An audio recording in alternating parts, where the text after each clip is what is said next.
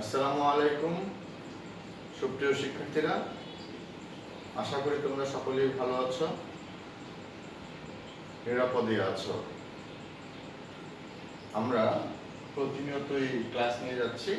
আজকেও আমরা financial accounting এর ক্লাসটি নেব, অর্থাৎ ফিনান্সিয়াল অ্যাকাউন্টিং এর লং টার্ম লায়াবিলিটিস এর বন্ডস এর ক্লাস নিব। এর তৃতীয় ক্লাস হবে। আশা করছি তোমরা যে আমার একটি প্রশ্ন হোয়াইট বোর্ডে লেখা আছে, তোমরা নিশ্চয়ই দেখতে পাচ্ছ।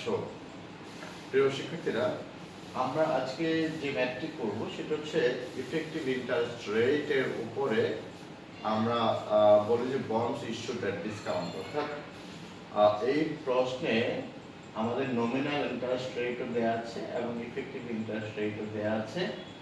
আমরা নিশ্চয়ই এর আগের ক্লাসে শিখেছিলাম যে যদি effective interest rate nominal interest রেটের থেকে বেশি হয় তাহলে সেটা অবশ্যই ডিসকাউন্টে সেই বন্ড বাজার ডিসকাউন্টে ছাড়া হয়েছে, অর্থাৎ অবহারে ছাড়া হয়েছে।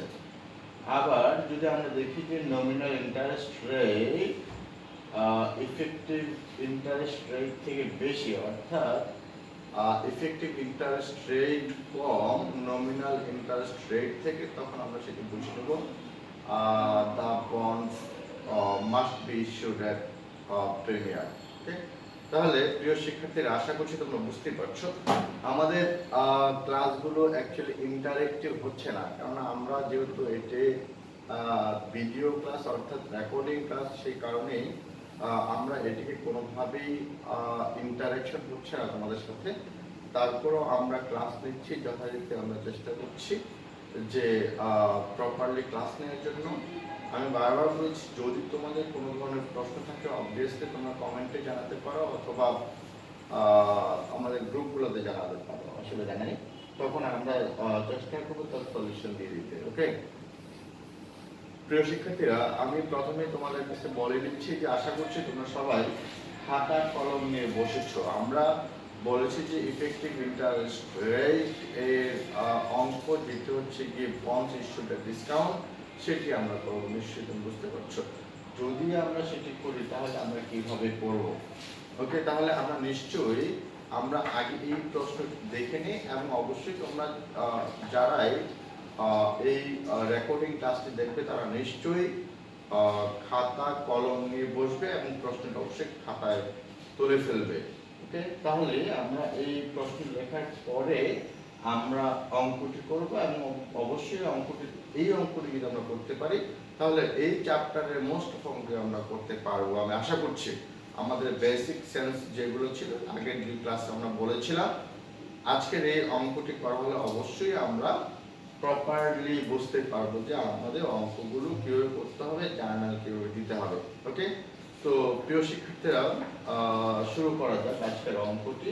আমরা প্রথমে বলেছিলাম যে এক্সটেন্ড কর্পোরেশন ইস্যুড টাকা 1 lakh of 8% term bonds on January 1, 2015, অর্থাৎ জানুয়ারি 1, 2015 ইস্যু করা হয়েছিল 1 লাখ টাকার বন্ড, যা কিনা ডিউ অর্থাৎ যা কিনা সময় নির্ধারণ করা হয়েছে 5 বছর, due on January 1, 2020। The interest must be payable at July 1 and January 1. Okay, so সুতরাং আমরা বুঝতে পারছি যে আমাদের ইন্টারেস্ট একবার হচ্ছে জুলাই 1 তারিখে দিতে হবে, আর একটি হচ্ছে গিয়ে জানুয়ারি 1 তারিখে দিতে হবে। ওকে, তাহলে এই ক্ষেত্রে আমাদের ইফেক্টিভ ইন্টারেস্ট রেট বলা হচ্ছে 10%। ওকে, এই প্রশ্ন থেকে আমাদের যে জিনিসগুলোকে ফাইন্ড আউট করতে হবে, which things are must be find out from this math. ওকে, তাহলে আমরা দেখে নিচ্ছি যে রিকোয়ারমেন্টে কি বলা হয়েছে। প্রথমে বলা হয়েছে যে calculate the amount of discount বলা হয়েছে, এন্ড দেন টুতে বলা হচ্ছে the amount to be paid by the investors. Okay, তার মানে হচ্ছে ইনভেস্টর মাধ্যমে কত টাকা পে করা হয়েছে সেটিকে আমাদের চিন্তা করতে হবে। আমরা বারবার বলেছি যে আমাদের 1 লাখ টাকা, যেহেতু এখানে 1 লাখ টাকা কথা বলা হয়েছে, নিশ্চয়ই ইনভেস্টর যে বিনিয়োগ করছে সে 1 লাখ টাকা দেয়নি, সে 1 লাখ টাকা নিচে দিয়েছে। ওকে, তাহলে সেক্ষেত্রে আমাদেরকে একটু চিন্তা করতে হবে তৃতীয়ত বলা হচ্ছে prepare a schedule of bond amortization of 5 years. Actually আমাদের বন্ড অ্যামortization যে শিডিউলটি রয়েছে, শিডিউলটি আমাদেরকে বের করতে হবে, তৈরি করতে হবে নিশ্চয়ই। যে আমরা আগে ডেপ্রিসিয়েশন শিডিউল তৈরি করতাম, ঠিক এই মুহূর্তে আমরা বন্ড অ্যামortization-এর শিডিউল তৈরি করব। অর্থাৎ আমরা বন্ডের যে অতিরিক্ত টাকা আছে সেই টাকা কিভাবে আমরা অ্যামortize করব, বা আমরা অতিরিক্ত টাকা বলতে সেটা আমরা বোঝাচ্ছি না, আমরা বোঝাচ্ছি যে এখানে ডিসকাউন্ট ডিটেইলস সেটা আমরা কিভাবে অ্যামortize করব। ওকে, ডিসকাউন্টটা অবশ্যই আমাদের প্রতি বছর অ্যামortization করতে হবে, সেটি আমাদের। আরেকটা বিষয় হচ্ছে জার্নাল এন্ট্রিজ ফর 2015, অর্থাৎ আমাদের 2015 সালে যে জার্নাল এন্ট্রিগুলো রয়েছে সেগুলো আমাদের দিতে হবে। ওকে, তাহলে প্রিয় শিক্ষার্থীরা, তাহলে আমি নিশ্চয় আশা করছি তোমরা এই প্রশ্নটা অবশ্যই তোমরা খাতার মধ্যে উঠিয়েছ। আমরা এখন এই অঙ্কটি সমাধান করার চেষ্টা করব। আমরা প্রথমে বলেছি যে এক্ষেত্রে কি কি বলা আছে, যে আমাদের রিকোয়ারমেন্ট গুলো বলা আছে, যে calculate the amount of discount. 2 number বলা আছে the amount to be paid by the investors, then prepare a schedule of bond amortization for 5 years. And then 4 number is journal entries for 2015. I mean 2015 এ কি journal entries হয়েছে সেই journal entries গুলো এখানে দিতে হবে। ওকে, প্রিয় শিক্ষার্থীরা, আমি আশা করছি কোশ্চেনটি তোমরা অবশ্যই লিখে ফেলেছো। আমি কোশ্চেনটা এরেঞ্জ করে দিচ্ছি। ওকে, first one, calculate the amount of discount. Okay, so আমরা the discount amount is computed. The discount amount is computed as follows. ওকে, প্রথমে আমরা যদি এরকম বলি ম্যাচুরিটি ভ্যালু, ওকে, অর্থাৎ তার ম্যাচুরিটি ডেটে তার ভ্যালু কত টাকা হয়েছে, maturity value is 1 lakh. Okay, okay, maturity value হচ্ছে 1 লাখ। ওকে, তাহলে আমরা যেটি করব, ম্যাচুরিটি ভ্যালু 1 লাখ, এখানে আমাদের যে প্রিন্সিপাল রয়েছে, প্রিন্সিপাল অ্যামাউন্ট রয়েছে, এবং আমাদের হচ্ছে কি ইন্টারেস্ট অ্যামাউন্ট রয়েছে। প্রিন্সিপাল অ্যামাউন্টেরও আমাদেরকে যেটি করতে হবে সেটা হচ্ছে আমাদের প্রেজেন্ট ভ্যালু লাগবে, এবং interest amount to be paid within 5 years. I mean 5 times, I mean 10 times, because interest to be paid in July 1 and then it should be paid in January 1. So আমাদের paying time interest pay করতে হবে। So আমাদের যে present principal অ্যামাউন্টের present value এবং interest অ্যামাউন্টের present value, দুইটা অ্যামাউন্টের সাম করে আমরা 1 লাখ থেকে বাদ দিলেই আমাদের কি বের হবে, আমাদের নিশ্চয়ই এই ক্ষেত্রে যেটি বের হয়ে যাবে সেটি হচ্ছে গিয়ে আমরা বলে থাকি যে ডিসকাউন্ট অ্যামাউন্ট ইজ কম্পিউটেড, অর্থাৎ দুইটি যোগফলকে আমরা ডিসকাউন্ট অ্যামাউন্ট বলবো। Okay, okay, I mean discount amount, অর্থাৎ এটিকে আমরা বলে থাকি যে ইনভেস্টরস আর invest or investors to be paid কত টাকা, ওই টাকাটা যোগ করলেই বের হয়ে যাবে যে ইনভেস্টরস এত টাকা পে করেছে। ওকে, তাহলে আমরা এবার চেষ্টা করছি যে প্রিন্সিপাল অ্যামাউন্ট আমরা বের করব। ওকে, তাহলে প্রিন্সিপাল অ্যামাউন্ট যেহেতু কি এককালীন, সেহেতু এককালীন আমরা চেষ্টা করছি যে principal amount PB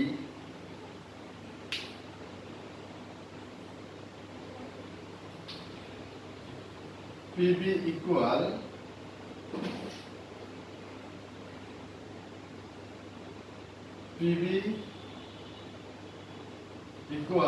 FB divided 1 plus I whole n. Okay, 1 plus I whole n, FB divided 1 plus I, অথবা আমরা 1 plus R যেটি বলি 1 plus R whole n।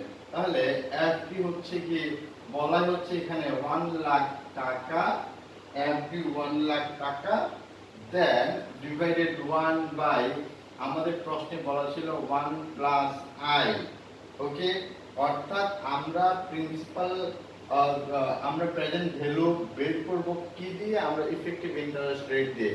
অর্থাৎ আমাদের ইফেক্টিভ ইন্টারেস্ট রেট যেটি রয়েছে সেটি অনুযায়ী, বাজার মূল্য অনুযায়ী আমরা সেটি কাজ করব। ওকে, তাহলে আমাদের বাজার মূল্য এক্ষেত্রে রয়েছে 10% কথা আমরা বলেছি, ইফেক্টিভ ইন্টারেস্ট রেটের কথা আমরা 10% বলেছি। যেহেতু 10% সেহেতু আমাদের এক্ষেত্রে যেটি হবে সেটা হচ্ছে 0.05 টু দি পাওয়ার 5 বছরের জন্য, তাই না? কিন্তু আমাদের এখানে আমরা নিশ্চয়ই সূত্রটি জানি, তাই না? আমরা সূত্রটি জানি।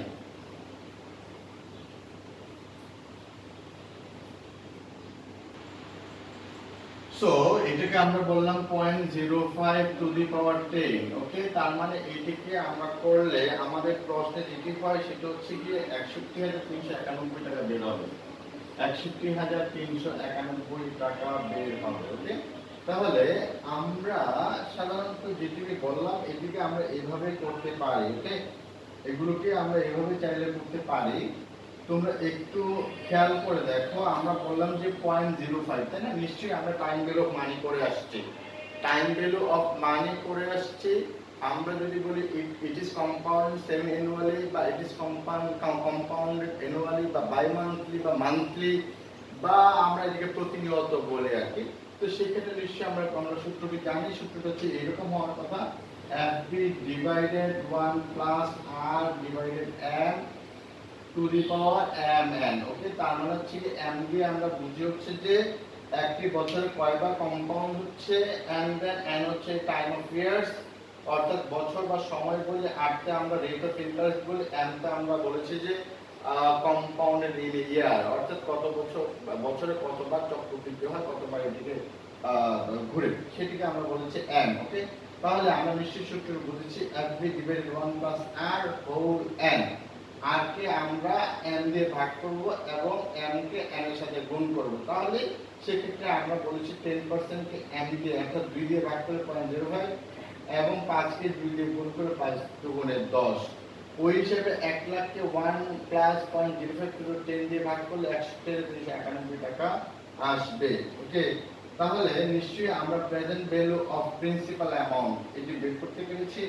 এখন আমরা যেটি করব সেটি হচ্ছে গিয়ে present value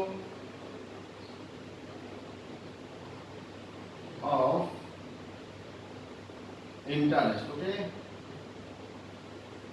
present value of interest যদি আমরা বের করতে চাই তাহলে নিশ্চয়ই আমরা আগে ইন্টারেস্ট যেহেতু এটি প্রেজেন্ট ভ্যালু অফ ইন্টারেস্ট বের করব, এবং এটা অবভিয়াসলি এটি পেমেন্ট, অর্থাৎ একটি অ্যানুয়াল ইনস্টলমেন্ট, অর্থাৎ আমরা কম্পাউন্ডেড ইনস্টলমেন্ট কত টাকা হচ্ছে সেটি আমরা বের করে নেব। তাহলে সেটি বের করতে হলে অবশ্যই আমাদের কত টাকা হয়েছে সেটি আগে আমরা বের করে নেব। অর্থাৎ আমাদের হচ্ছে কি 1 লাখ টাকা 6 মাস অন্তর, 1 লাখ টাকা 6 মাস অন্তর 8% ইন্টারেস্টে ইনটু 6/12, অর্থাৎ 6 মাসের ইন্টারেস্ট। আমরা তাহলে কত টাকা হবে? 4000 টাকা হবে, তাই না? 4000 টাকা হবে। তাহলে প্রেজেন্ট ভ্যালু অফ ইন্টারেস্ট যদি আমরা বের করতে চাই, আমরা বললাম পিপি। ওকে, প্রেজেন্ট ভ্যালু অফ ইন্টারেস্ট বের করতে গেলে আমরা এখানে বলতে পারি পিএমটি বলি বা এ বলি বা যাই বলি না কেন, অ্যানুয়াল ইনস্টলমেন্ট, আমরা এটিকে বললাম পিএমটি ইনটু 1/1 মাইনাস 1/1 প্লাস আর হোল n ডিভাইডেড r। ওকে, ডিভাইডেড r। ওকে, তাহলে নিশ্চয়ই আমরা বুঝতে পারছি এটি কিভাবে সূত্র করতে হবে। পিএমটি বললাম, বা আমাদের যেখানে ইন্টারেস্ট আছে ইন্টারেস্টের কথা বললাম, interest into 1 minus 1/1 plus r whole n divided r। Okay, তাহলে নিশ্চয়ই তোমরা বুঝতে পারছো যে এই ক্ষেত্রে আমাদের সূত্র অনুযায়ী এবং এটি অনুযায়ী যদি আমরা বসাই তাহলে আমাদের হচ্ছে গিয়ে 4000 টাকা into 1 minus 1/1 plus 0.05 to the power 10। Okay, point and then এখানে হচ্ছে 0.05। ওকে, 0.05, তার মানে হচ্ছে এইটিকে আমরা যোগ বিয়োগ গুণ ভাগ করলে যাই করলে আমাদের এই ক্ষেত্রে অ্যামাউন্ট আসবে হচ্ছে 30,800 টাকা। ওকে, তাহলে নিশ্চয়ই আমরা বুঝতে পারছি যে আমাদের এক্ষেত্রে এই দুইটি অ্যামাউন্টের যোগফল হবে হচ্ছে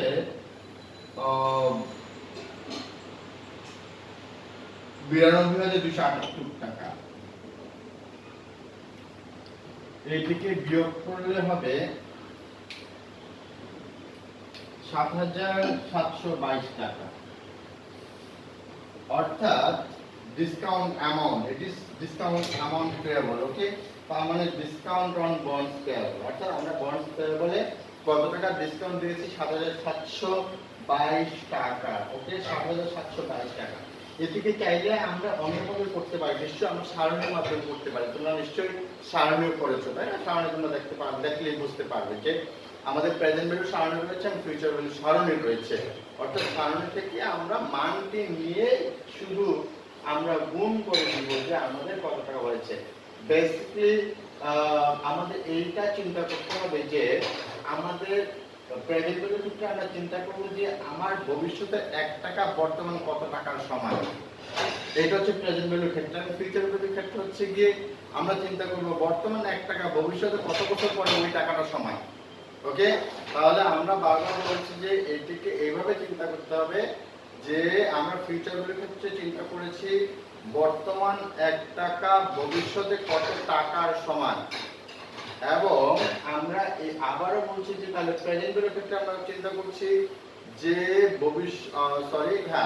ভবিষ্যতে 1 টাকা বর্তমান কত টাকার সমান বা কত পয়সা। নিশ্চয়ই কম হবে টাইম ভ্যালুর মানে চিন্তা করতে গেলে, টাইম ভ্যালুর মানে চিন্তা করতে গেলে। তো আমরা এটিকে বলেছি যে তাহলে প্রেজেন্ট ভ্যালু PVIF অর্থাৎ present value of interest factor দিয়েও আমরা করতে পারি চাইলে। Present value of interest factor দিয়ে চাইলে আমরা করতে পারি। নিশ্চয়ই তোমরা বুঝতে পারছো। ওকে, তাহলে আমরা প্রেজেন্ট ভ্যালু ইন্টারেস্ট ফ্যাক্টর দিয়ে যদি এভাবে করতে চাই তাহলে ওভাবে করতে পারবো। সেকেন্ড আমি যদি একটি জিনিস যদি দেখাই তাহলে তোমরা বুঝতে পারবে যে কিভাবে আমরা করতে হবে। ওকে, সে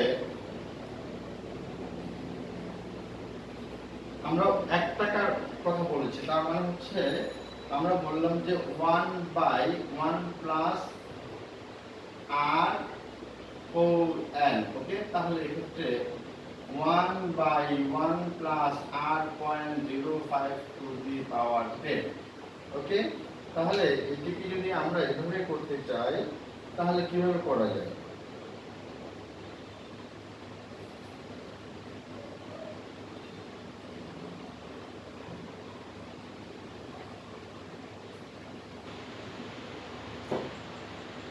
অর্থাৎ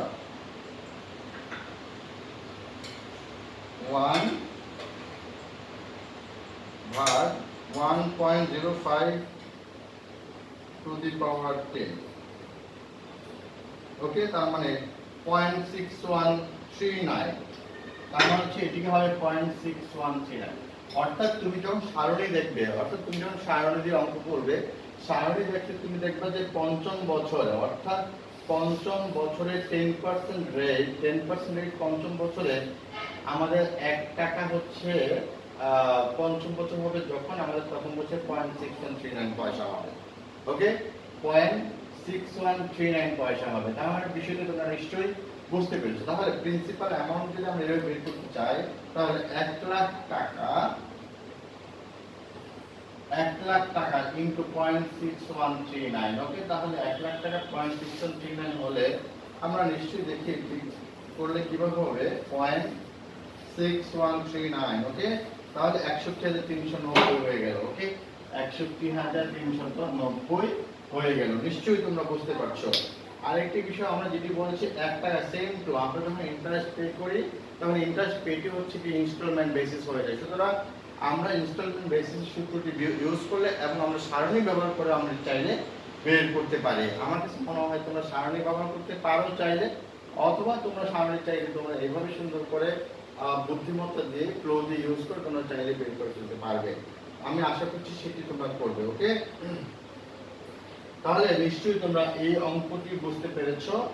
এবং আমি যেটা বললাম যে এখন আমরা প্রিন্সিপাল অ্যামাউন্টের সারণী থেকে বের করলাম, দেন হচ্ছে তোমরা ইন্টারেস্ট অ্যামাউন্টের সারণী বের করে তোমরা ইউজ করবে। ওকে, তাহলে এরপর বলা হচ্ছে যে 2 number the amount to be paid by the investor, অর্থাৎ ইনভেস্টরের মাধ্যমে কত টাকা পে করা হয়েছে। ওকে, তাহলে আমরা বলছি the amount to be paid by the investors, আমরা বলেছি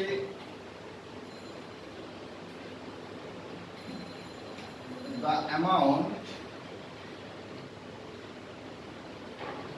two be paid by the investors is 1 lakh minus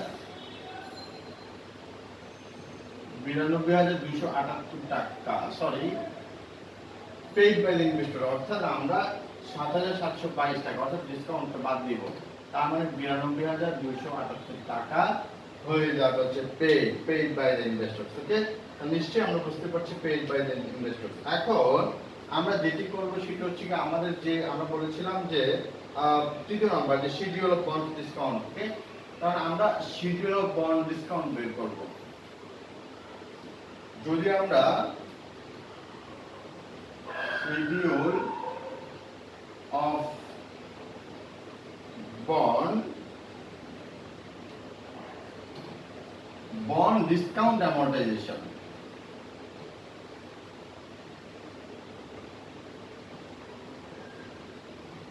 তাহলে আমরা কি করব শিডিউল অফ বন্ড ডিসকাউন্ট অ্যামortization, অর্থাৎ আমরা এইভাবে যদি চিন্তা করি, তোমরা নিশ্চয়ই এটি বাসায় করবে, আমি তোমাদের কাজ দিচ্ছি, টাস্ক, এই টাস্কটি অবশ্যই বাসায় করবে।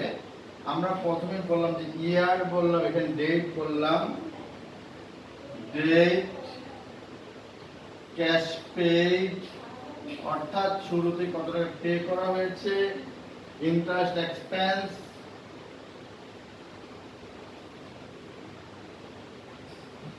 অ্যাকচুয়াল ইন্টারেস্ট এক্সপেন্স কত টাকা, ওকে, দেন অর্থাৎ অ্যাকচুয়াল ইন্টারেস্ট এক্সপেন্স কত টাকা, ক্যাশ পেইড কত টাকা হচ্ছে, ডেট, এবং হচ্ছে ডিসকাউন্ট অ্যামortized, ডিসকাউন্ট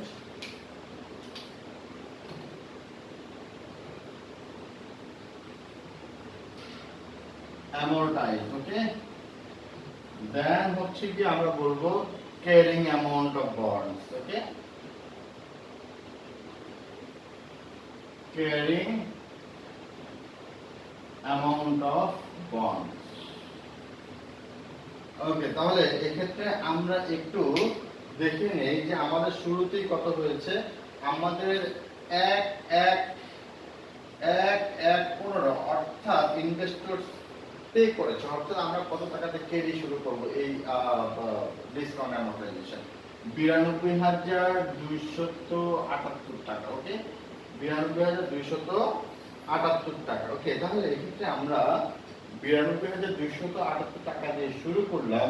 তাহলে আমরা বলেছি যে ইন্টারেস্ট পে করব হচ্ছে দুবার। প্রথম আমরা বলেছি ডেটটি বলেছি হচ্ছে জুলাই 1 and then জানুয়ারি 1 আমরা বলেছি, তাই না? জুলাই 1 and জানুয়ারি 1, তাহলে জুলাই 1 অর্থাৎ 1 7 then 15, তার মানে এই সময়ে ক্যাশ পে করছে, অর্থাৎ আমরা যে বের করছিলাম 8% ক্যাশ পে করেছে 4,000 টাকা।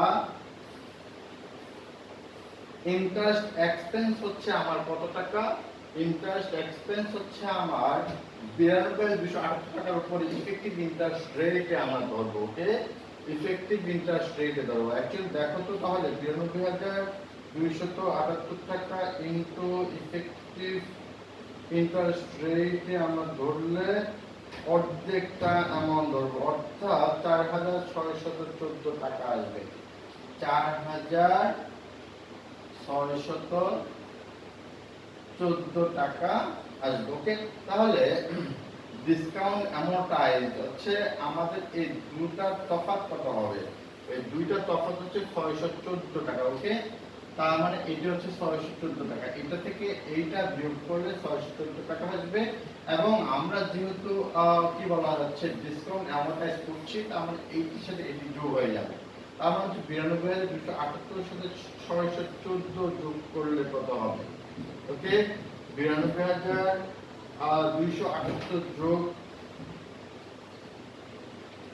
614 92,892, ওকে, এটাকে আমরা বলবো 92,892, ওকে। সেম টু আমরা এরপরে দিব হচ্ছে 1,1,16, তাই না? 1,1,16, তাহলে আমরা আবারও যাচ্ছি 1,1,16, তাহলে আমরা জানুয়ারি 1 তারিখ দিব। ক্যাশ পে হয়েছে 4,000 টাকা, দেন ইন্টারেস্ট এক্সপেন্স ধরবো এটার উপরে, তার মানে এইটা বাদ দিয়ে যেহেতু এটার উপর এটার উপর আবার ধরবো 6 মাসে ধরবো, সেম ইনটু 0.1 ডিভাইডেড 2 ইকুয়াল হচ্ছে 4,645, অর্থাৎ এক্ষেত্রে হচ্ছে 4,645 টাকা, অর্থাৎ দুইটির মধ্যে তফাৎ হচ্ছে 645 টাকা বিয়োগ, এই দুটির মধ্যে বিয়োগ হচ্ছে 645। এখন এটার সাথে আবার এটা যোগ করে দেবো, ওকে। তাহলে 92,292 হলে 92,892, তাহলে 92,892 প্লাস হচ্ছে 645, 93,537 টাকা, ওকে।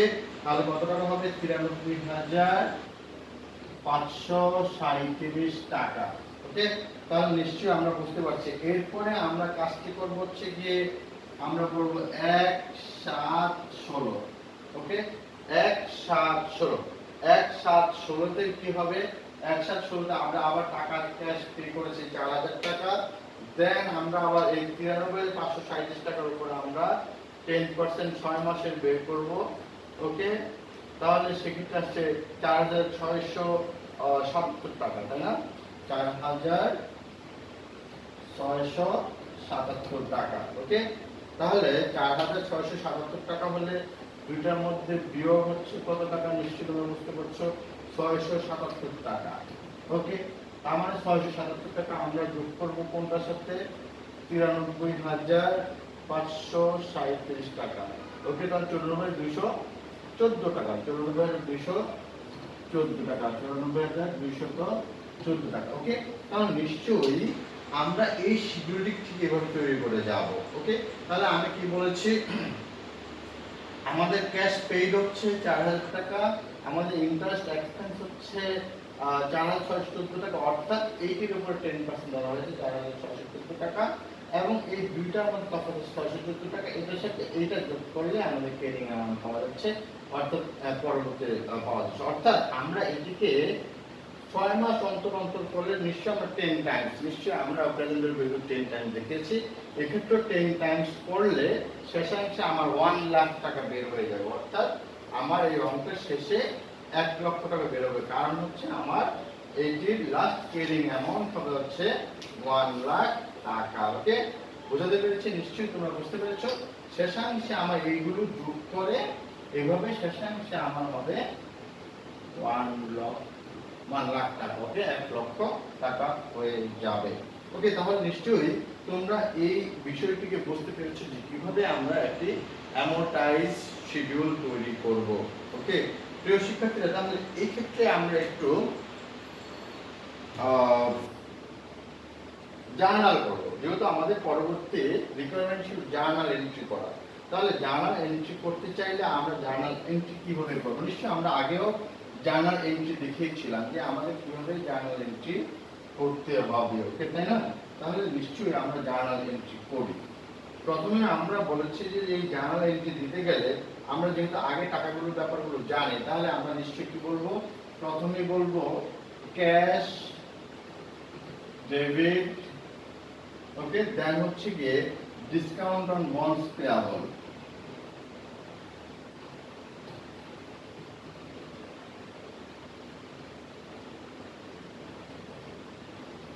ডেবিট, দেন হচ্ছে কি আমরা বলবো বন্ডস পেয়াবল ক্রেডিট, অর্থাৎ ম্যাচুরিটি ডেটে কোম্পানি ইনভেস্টরকে কত টাকা দেবে।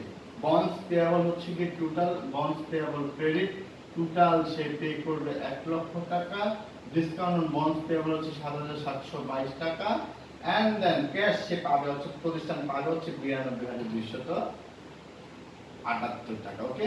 তার মানে হচ্ছে কি ক্যাশ, কোম্পানি ক্যাশ পাচ্ছে, ইনভেস্টর কাছ থেকে পাচ্ছে 92,278 টাকা, ডিসকাউন্ট অন বন্ডস পেয়াবল হচ্ছে টোটাল 7,722 টাকা, bonds payable credit হচ্ছে 1 লাখ টাকা। নিশ্চয়ই আমরা বলেছি it is January for 2015, it is January for 2015, ওকে।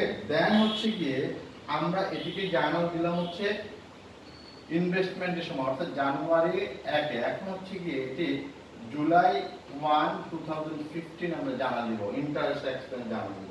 তাহলে বন্ড ইন্টারেস্ট এক্সপেন্স ডেবিট হবে তখন আমরা বলবো bond interest expense debit, then হচ্ছে discount on bonds payable credit,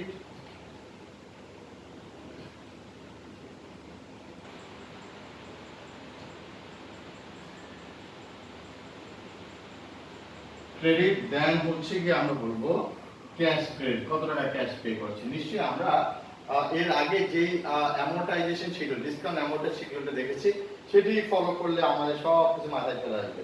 অর্থাৎ আমরা সেক্ষেত্রে প্রথম বছরের বন্ড ইন্টারেস্ট এক্সপেন্স দিয়েছিলাম কত টাকা, 4614 টাকা, অর্থাৎ 92278 টাকার উপরে 10% আকারে 6 মাসের হচ্ছে 4614 টাকা আসবে, এবং আমরা ক্যাশ পে করেছিলাম 4000 টাকা, আর হচ্ছে ডিসকাউন্ট অন বন্ডস পেয়েবল ঠিক ওইটা হচ্ছে 614 টাকা। ওকে, তাহলে আমরা এখান থেকে অন্য আরেকটি পদ্ধতি যেটি করেছিলাম সেটা আমরা করেছিলাম হচ্ছে এই ডিসকাউন্ট টোটালটাকে আমরা 5 বছরের মধ্যে ভাগ করে দিয়ে দিয়েছিলাম, বা 10 টাকা আমরা ভাগ করে দিয়ে দিয়েছিলাম। কিন্তু এক্ষেত্রে আমরা নিশ্চয়ই ওই শিডিউল বের করেছি, শিডিউল অনুযায়ী কিন্তু আমাদের প্রতি 6 মাস অন্তর কত টাকা ডিসকাউন্ট আমরা অ্যামortize করেছি ঠিক সেটা বেড়ে গেছে। সুতরাং সেটিকে আমরা ক্রেডিট করে দিচ্ছি, ডিসকাউন্ট অন বন্ডস পেয়েবল 614 টাকা। ওকে, দেন আমরা এরপরে যেটি হয়েছিল যে আমরা জানুয়ারি 1 তারিখে হচ্ছে গিয়ে আরেকটি ইন্টারেস্ট পেমেন্ট করব। তার মানে যেহেতু জানুয়ারি 1 তারিখে পেমেন্ট করব, যেহেতু আমাদের অ্যাকাউন্টিং পিরিয়ড হচ্ছে ডিসেম্বর 31, সেহেতু আমাদের ডিসেম্বর 31 এ জানাল দিতে হবে 2015। সেক্ষেত্রে কি হবে, সেক্ষেত্রে অবশ্যই আমাদের এটি পেয়াবল হয়ে যায়, এই এক্সপেন্সটি পেয়াবল হয়ে যায়, অর্থাৎ বন্ড ইন্টারেস্ট এক্সপেন্স থাকবে আর বন্ড ইন্টারেস্ট পেয়াবল হয়ে যাবে। ওকে, তাহলে bond interest expense debit, bond interest expense debit. Okay, then আমরা বলবো যে বন্ড ইন্টারেস্ট পেয়াবল অথবা ডিসকাউন্ট ইন্টারেস্ট পেয়াবল। ওকে, মানে এটা আমরা পে করি না, এটা আমরা ঋণী হয়ে গিয়েছি, payable credit. Okay, bond interest payable credit, then হচ্ছে ডিসকাউন্ট অন দেন হচ্ছে গিয়ে বন্ডস অন পেয়াবল ক্রেডিট।